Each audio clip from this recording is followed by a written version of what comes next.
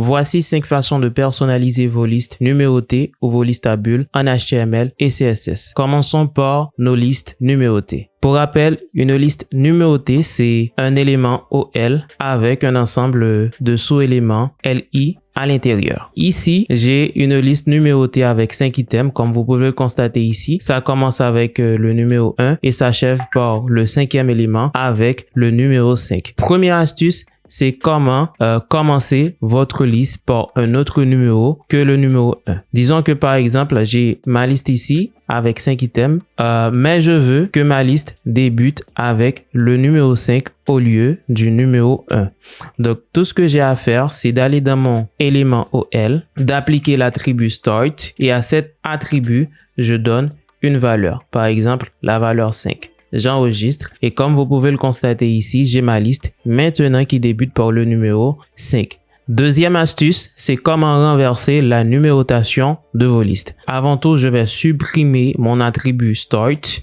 Donc, j'ai ma liste qui débute encore par le numéro 1. Maintenant, je veux renverser la numérotation de cette liste. Comme vous pouvez le constater ici, ma liste débute avec le numéro 1 et s'achève par le numéro 5. Si je veux renverser la numérotation de cette liste, cela veut dire en quelque sorte que je veux que cette liste commence par le numéro 5 et s'achève par le numéro 1.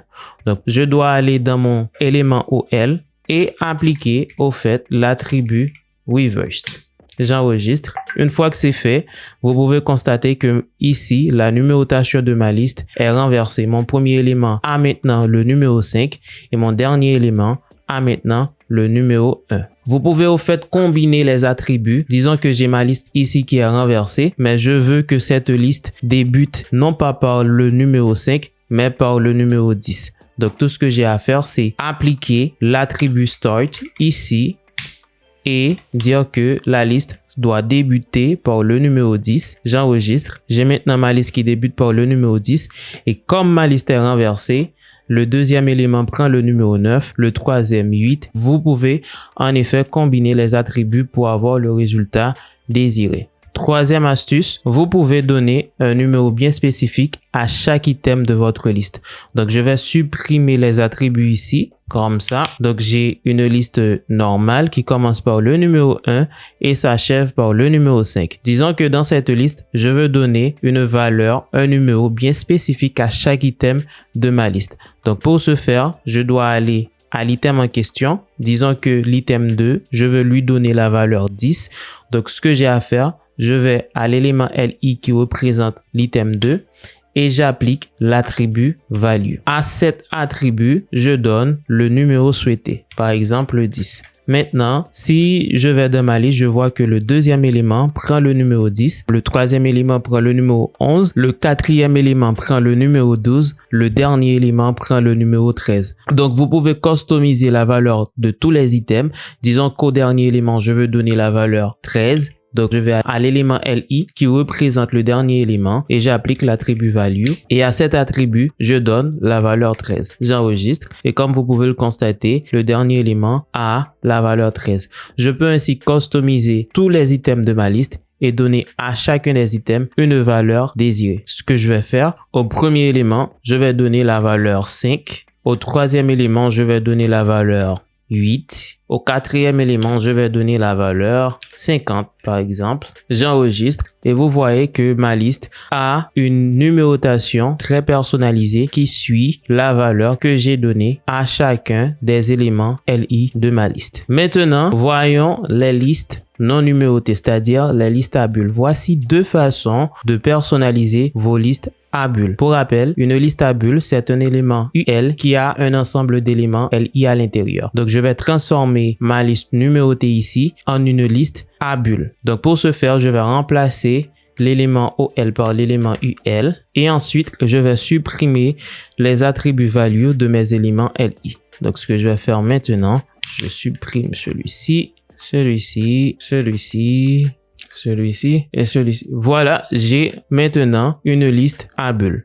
Donc, voici deux façons de personnaliser cette liste à bulles. Premièrement, ce que vous pouvez personnaliser dans votre liste à bulles, c'est la couleur des bulles. Donc, vous allez devoir utiliser le pseudo-élément marqueur de CSS. Donc, je vais tout d'abord sélectionner mes éléments LI. Pour ce faire, je fais UL, LI. Ici, je demande à sélectionner tous les éléments LI à l'intérieur des éléments UL. Et sur ces éléments LI, je vais sélectionner le pseudo-élément marqueur. Le pseudo-élément marqueur représente en effet les bulles ici. Donc, une fois sélectionné, je peux customiser comme je veux les bulles de ma liste. Donc, pour changer la couleur des bulles, j'applique la propriété color et à cette propriété, je peux donner par exemple la couleur rouge. J'enregistre et comme vous pouvez le constater, mes bulles ici prennent la couleur rouge. Je peux aussi, si je veux, customiser la dimension de mes bulles. Donc, pour ce faire, je dois jouer avec le font size. Font size, je vais donner une font size de 10 pixels.